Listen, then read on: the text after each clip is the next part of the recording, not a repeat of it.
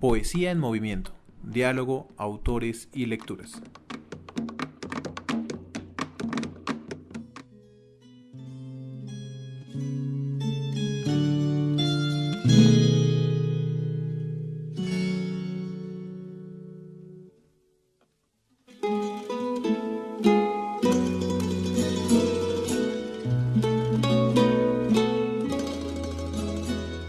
Bienvenidos al tercero de una serie de 4 podcasts en torno a la poesía colombiana. Durante estos podcasts propondremos una exploración de la obra de 4 poetas colombianos que son protagonistas de la serie editorial de poesía del Instituto Caro y Cuervo.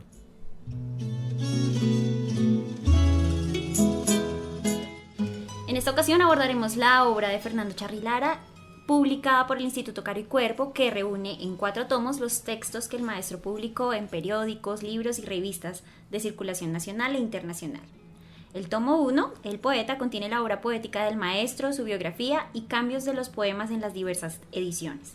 También incluye una bibliografía con más de 1000 registros sobre poesía, prosa y valoración crítica. Tomo 2, Obra crítica, 1940 a 1986. Presenta la labor ensayística en temas como el derecho, la pintura, el cine, entre otros, publicados en este periodo. El tomo 3, Obra crítica de 1987 al 2005, y el tomo 4, Valoración crítica y varia, reúne las voces de diversos autores sobre la obra de Fernando Charri Lara. Bueno, como ya hemos hablado en otros podcasts, cuando el Instituto Caro y Cuervo genera estas propuestas de vida y obra es porque reconoce en un poeta su importancia y cuál es el legado que deja, pues digamos, a la literatura colombiana.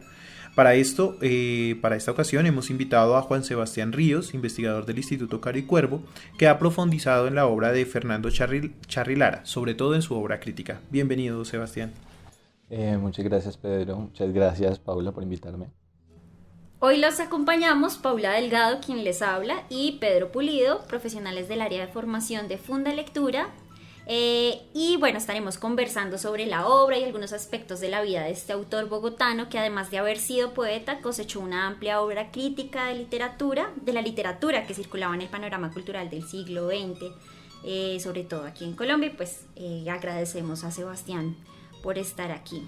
Y bueno, para entrar en materia, pues cuéntanos cuál es la importancia de Fernando Charri Lara para la escena poética de Bogotá. Yo diría que a veces hablar de la escena poética de Bogotá es hablar, sobre todo a principios del siglo XX, de la escena poética de Colombia, casi que, pues porque al final pareciera que, sobre todo en ese momento particular de la historia, la poesía estuviera estrechamente vinculada con el poder que estaba vinculado, como, sí, acá en Bogotá, este era el centro, sencillamente.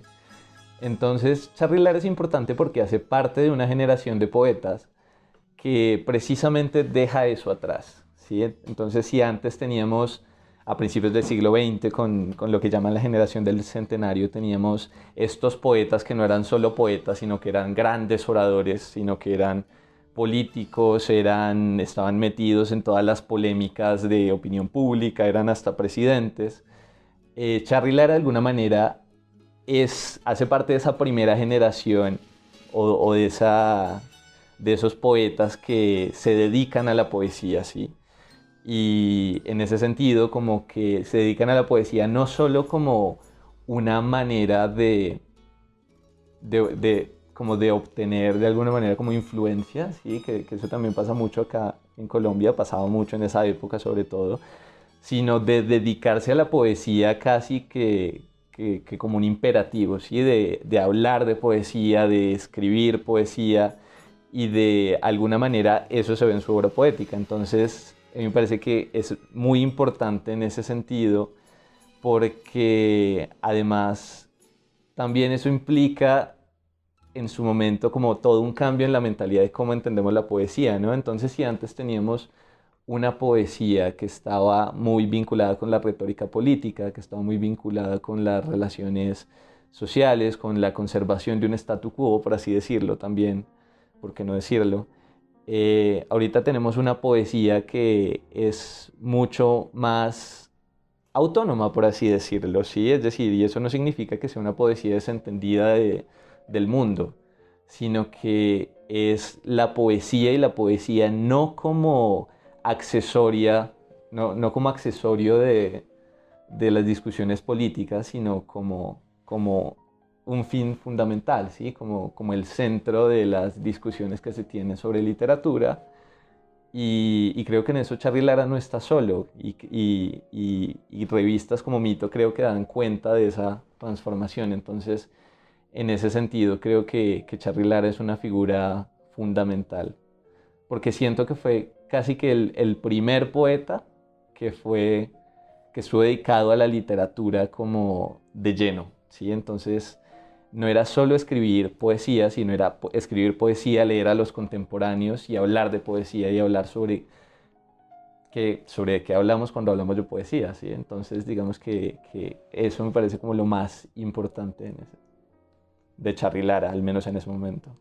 Sí, hay una cosa que menciona Sebastián y me parece muy interesante, ¿no? Y es que, digamos, durante el siglo XIX en Colombia, la literatura estaba asociada al poder. Rafael Núñez fue poeta y fue presidente y bueno, juega con todo este tema. Y si bien, claro, Charly Lara abre la idea de una poesía más autónoma, también empieza a generarse esta idea un poco del poeta, al desconectarse del poder, del poeta que sufre, el poeta que ya no es reconocido, los poetas que empiezan a un poco marginalizarse de la escena. Y creo yo, o bueno, es muy una teoría, que las revistas literarias empiezan a jugar como a esa forma de agrupar a estos poetas, a pensarse la poesía y hacer algo que yo creo que en el siglo XXI todavía estamos como en deuda, y es a entender que la literatura puede ser un fin en sí mismo. Es decir, que no necesita justificarse en que sucedan otras cosas a partir de la literatura, sino que podemos sentarnos un poco, lo decía Sebastián hace un segundo, a hablar de literatura, a pensar la literatura sin necesidad de que tuviera un eco en la política o un eco en lo social o un eco en otros lados.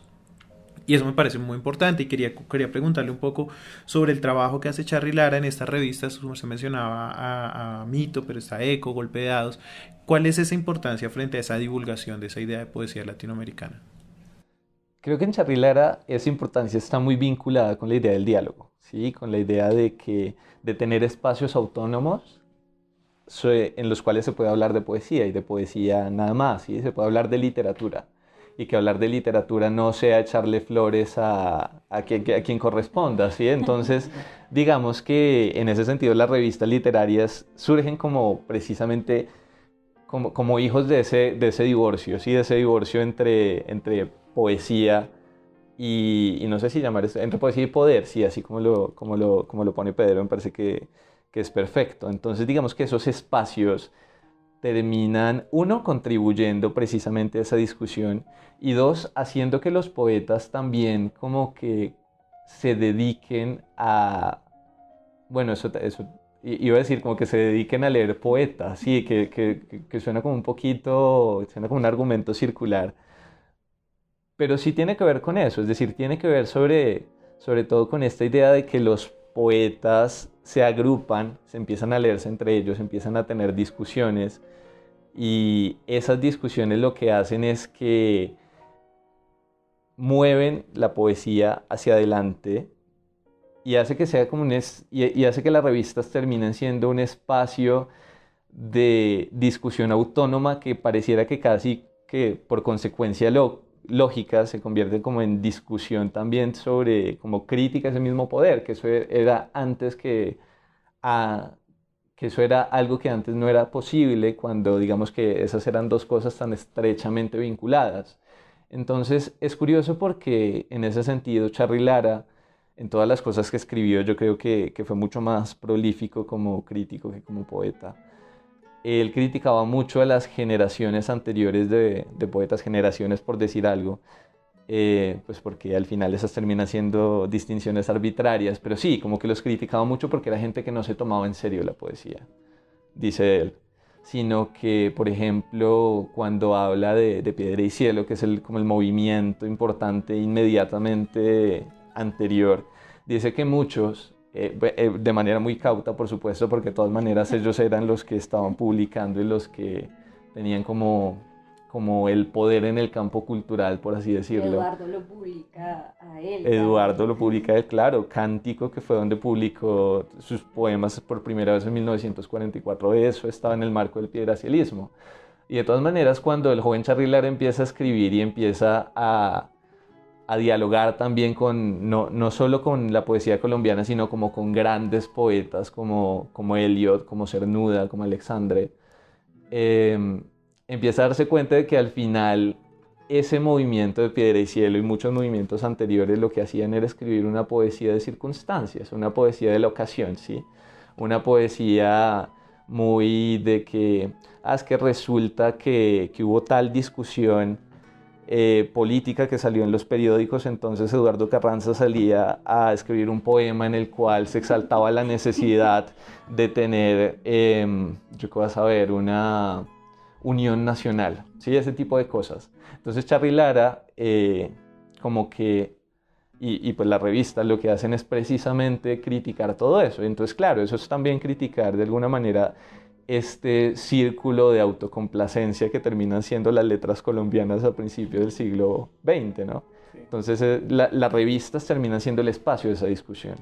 Termina siendo el espacio en el cual los poetas y los intelectuales, también por decirlo de alguna manera, autónomos, terminan teniendo espacios en los cuales publicar y en los cuales discutir fuera de esas dinámicas, o bueno, no fuera de esas dinámicas de poder, pero digo, criticando y pudiendo criticar esas dinámicas de poder. Entonces, digamos que las revistas como espacios abiertos terminan siendo importantes porque a priori no. Una revista es un espacio en el que confluyen muchos puntos de vista. ¿Sí? Una revista se supone que es un espacio abierto en el cual esos puntos de vista sobre la poesía y sobre N.000 temas tienen la posibilidad de estar representados, ¿sí? Son como espacios de representación y de discusión en ese sentido. Entonces, Mito era muy interesante porque podía salir un ensayo de cualquier persona contra cualquier otra y en el número siguiente salía una respuesta a ese ensayo, ¿sí? Entonces una respuesta en la cual se defendía a este que al principio se estaba atacando el autor de este ensayo el número anterior. Entonces Charly Lara es importante en su momento por eso, porque Charly Lara es casi que en ese sentido el poeta que entendió la crítica como un diálogo no con los egos, ¿sí? No como un diálogo con las figuras, sino como un diálogo con los textos. Entonces, pues claro, eso de alguna manera, tristemente, eso es rompedor. Eso es lo aterrador del asunto. Entonces, pues sí, ¿no? Eso es como una cosa muy impresionante y yo siento que ahorita también eso se vive de una forma muy patente.